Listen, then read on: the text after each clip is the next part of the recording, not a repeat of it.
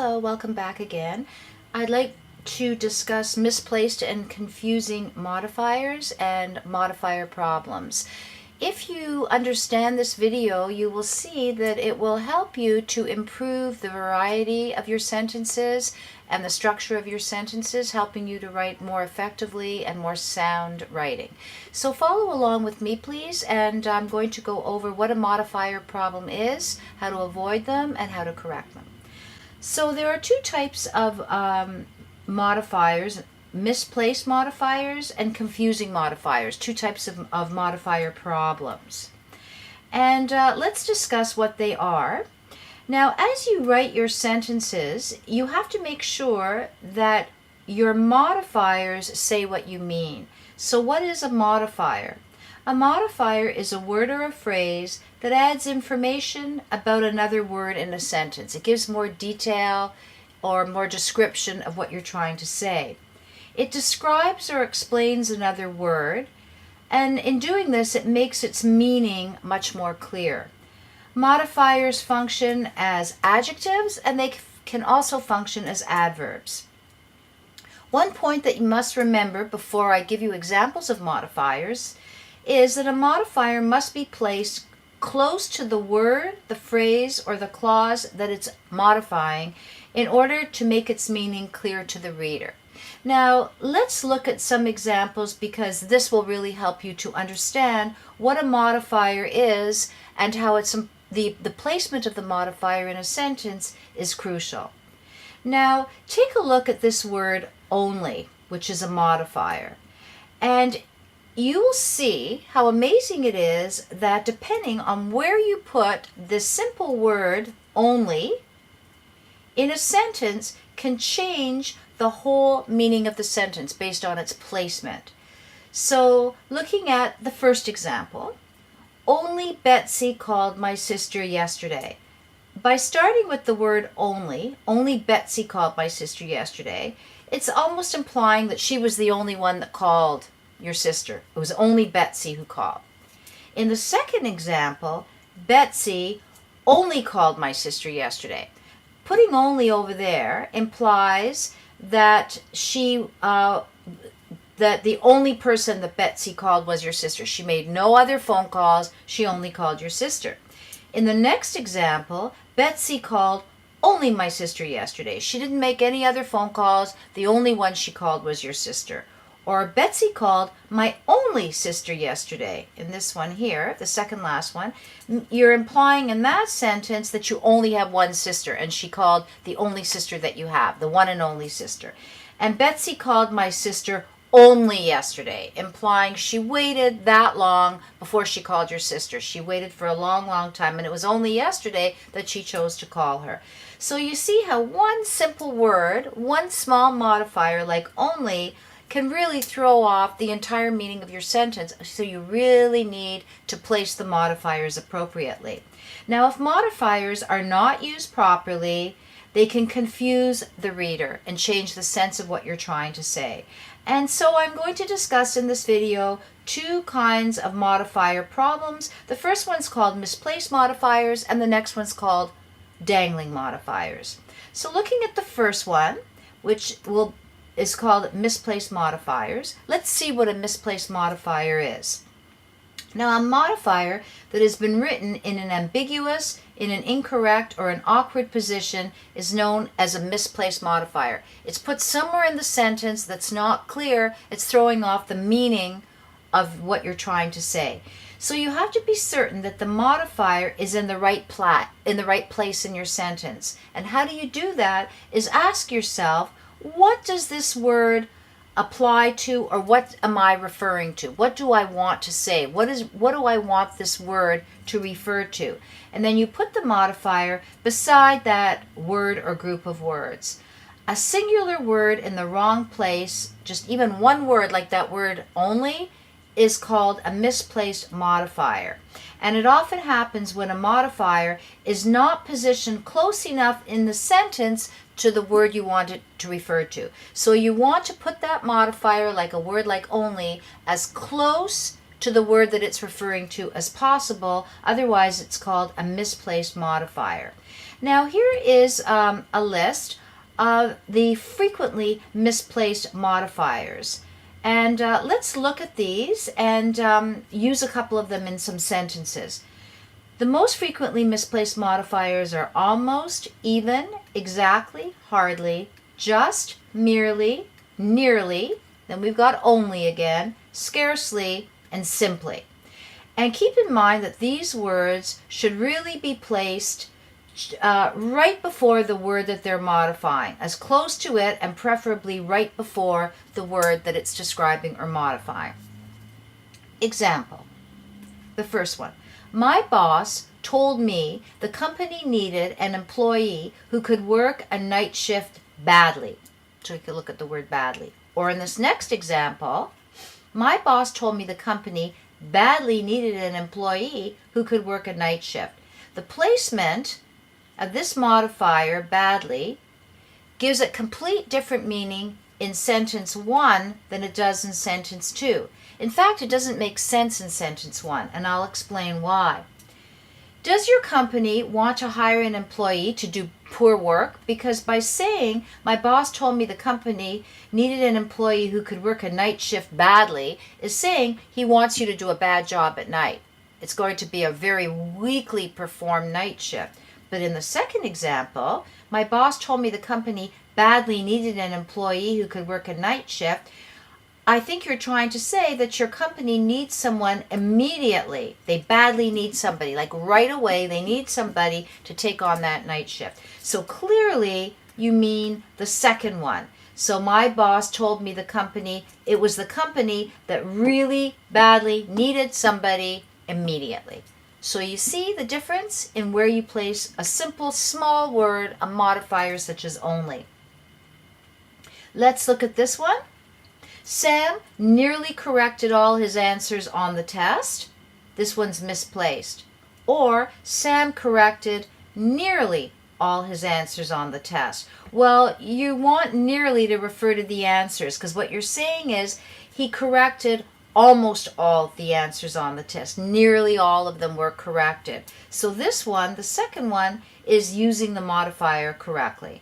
And in the third group of sentences, after traveling for 20 hours, we almost arrived at daybreak. That one's misplaced. What you're trying to say is, after traveling for 20 hours, we arrived at almost daybreak. It was almost the break of day when you arrived. You were traveling for many, many hours, 20 hours, and it was almost the break of day when you arrived. This one wouldn't make sense. After traveling for 20 hours, we almost arrived at daybreak. You can't almost arrive at daybreak. So you arrived when it was almost daybreak. So this second sentence would be correct. So a misplaced modifier sometimes includes a group of words, not just one word like only or badly or almost. It can be a group of words in the wrong place in a sentence. And let's look at these. And it really completely throws off the meaning of your sentence. The first one. Hamburgers were served to all the guests smothered in mushrooms. In this sentence, where you're putting smothered in mushrooms, this modifier, you're implying that the guests were smothered in mushrooms. By putting the word smothered in mushrooms, placing it next to the word guests, you're implying that all the guests were smothered in mushrooms. I think correctly what the writer means to say is hamburgers smothered in mushrooms were served to all the guests. So smothered in mushrooms, this modifier should be right next to hamburgers because it's describing what was included with the hamburgers. They were full of mushrooms. They were smothered in mushrooms. Let's look at the next example. I write a letter to my aunt who lives in England almost every week. All right, I write a letter to my aunt who lives in England almost every week. In this sentence, almost every week, you're implying that your aunt lives in England almost every week. Like she goes somewhere different in between. 1 week she's in England, 1 week she's somewhere else. No. I think what you mean to say is, I write a letter almost every week to my aunt who lives in England. So now it's very clear that you're writing a letter. You write the letter almost every single week to your aunt, and your aunt happens to live in England. So now you have correctly misplaced the modifier almost every week. So it's almost every week that you are writing the letter. So that modifier has to be next to the verb and the object, write and a letter. Okay? So I hope you understand those rules. And now the next type of modifier is called a dangling modifier. So we've done the misplaced one. Now let's see what a dangling modifier is. A dangling modifier occurs when there's not an appropriate word in the sentence for the modifier to apply to. Let me take it a step further. What does this mean? The sentence does not contain a specific word or idea to which the modifier could clearly refer. In this case, the modifier appears to apply to whatever word is next to it. So your sentence then can take on an unintended meaning. It can be confusing, and sometimes it can even be comical to the reader. So let me show you an example, and then it'll clarify it for you. The first one, having completed my homework, the movie was turned on. Take a very close look at this sentence.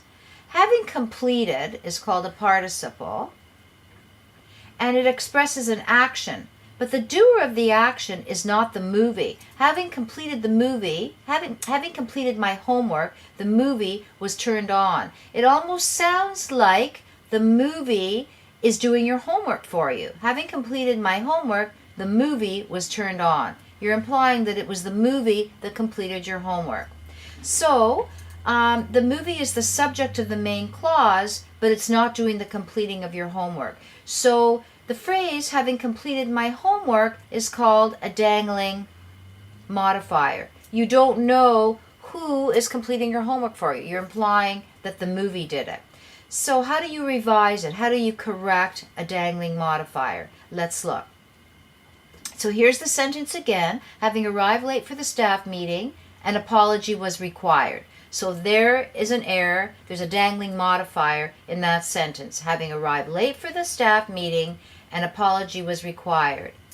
So here are some pointers. 1. Name the doer of the action as the subject of the main clause. So here, having arrived late for the staff meeting, who arrived late? This sentence implies that the staff meeting needed to make an apology. Having arrived late for the staff meeting, an apology was required. Like, does the staff meeting need to make an apology? Who needs to make an apology? So you would want to revise this sentence, and you need to say who exactly arrived late for the meeting. Who?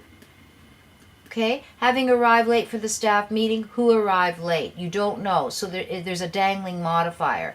So I corrected it by saying, having arrived late for the meeting, comma, and now I put in a character's name, a person's name, Jonathan was required to make an apology. So now the main clause tells you specifically who arrived late. So now you know that Jonathan arrived late. So now it's complete, and there is no longer a dangling modifier. In the second one, here's a second way that you can revise dangling modifiers. You can change the phrase that is dangling, and you can turn it into a complete introductory clause. This can be done if you name the person doing the action in that clause. So what you could say is, because Jonathan arrived late for the staff meeting, okay, so there is your introductory clause, an apology was required. So now you have a subject, so it becomes more of a completion because you know now who arrived late. It's completing your thought. A third method to correct a dangling modifier is to combine both the phrase and the main clause, and you can turn it into one sentence. So you could say, and I corrected it in two ways. Jonathan apologized for arriving late at the staff meeting. So I've joined the two ideas into one. It's clear who's doing the apologizing, who was late for the staff meeting. Or a second way, Jonathan arrived late for the staff meeting, so an apology was required. So your whole sentence now is balanced because you know exactly who is doing the arriving, who was late for the meeting, and why the apology, and who would be making the apology. So these are some pointers on how to improve your writing and not and to avoid any dangling modifiers or misplaced modifiers, because as soon as you have a misplaced modifier or a dangling modifier, the whole sense of your sentence changes. It becomes confusing to the reader, and as I mentioned earlier, it can also be comical and almost embarrassing because you can say things that are completely off in your sentence or things that are unintended or don't make sense. Thank you again for joining me. Again, there are practice questions that you can answer, and I've also provided you with the answers to see how you've done. And if you still need further help on any of these rules, or you'd like further examples, please contact me within the website InTheEnglishCorner.com. I thank you so much and talk to you again soon. Bye-bye.